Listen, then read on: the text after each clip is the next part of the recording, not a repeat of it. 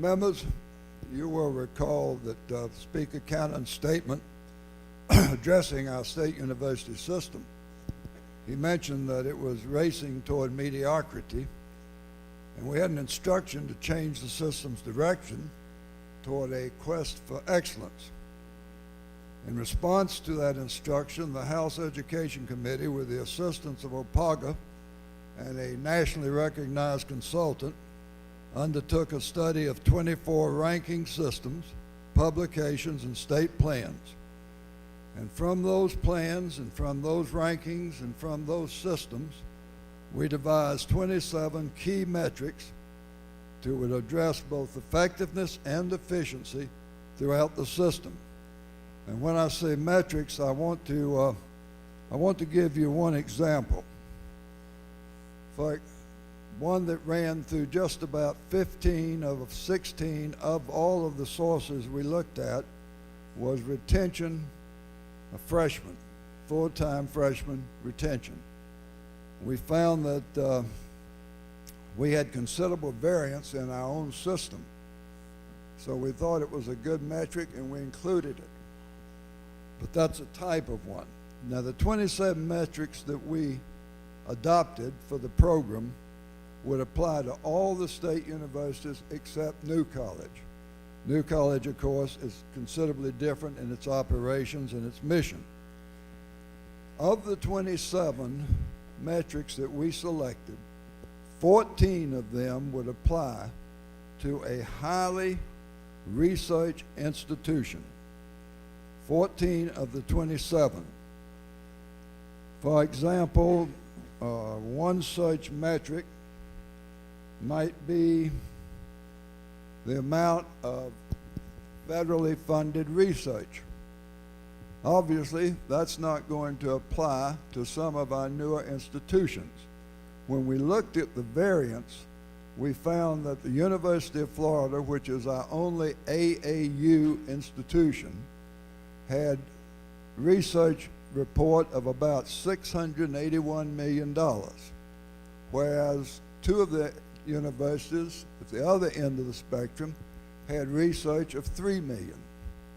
So obviously, we can apply that metric to all of the institutions, but we selected it to be among the 14 for those institutions that are going to aspire to be preeminent research institutions. We found that of the 14 metrics, that are the two institutions, Florida, University of Florida and Florida State, those two would meet 11 of the 14 metrics. After that, the drop-off is pretty severe. The next institution meets only 5, and the next institution only 4.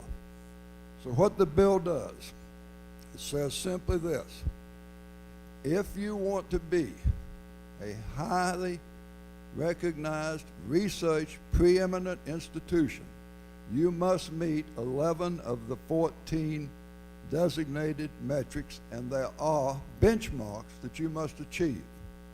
If you do that, you will have the opportunity to propose to your Board of Trustees market-based tuition increases. Market-based tuition increases. Now let me talk about that just a minute, because people, when they hear that word increase, it gets concerned about tuition rates. If you propose such an increase, a market, say you want to market rate your STEM programs, market-base those, all right? You have to get approval from your Board of Trustees. You have to get they have to get approval from the Board of Governors, and it would have to be put into the legislative budget request. As President Barron of FSU indicated today, he said, you know, that's got more accountability than we've ever had, because I can't just have a tuition increase and spend it any way I want to. I have to be willing to designate how I'm going to spend it. So what we have here is a bill, members, that will give us a chance to elevate our research institutions. We would like to see our aspiration, we'd like to see the University of Florida one of the top 10 in the nation. We would like to see FSU be our second AAU. But there are other young institutions that aspire. And the good thing about the layout is they are not locked in. They are not told level 1 or level 2 or level 3. They are not assigned to any tier. Anytime they think they are ready, they can go and try to achieve 11 of those 14 metrics, and they can move into that category. That essentially, Mr. Speaker, is the bill. I believe there's one amendment.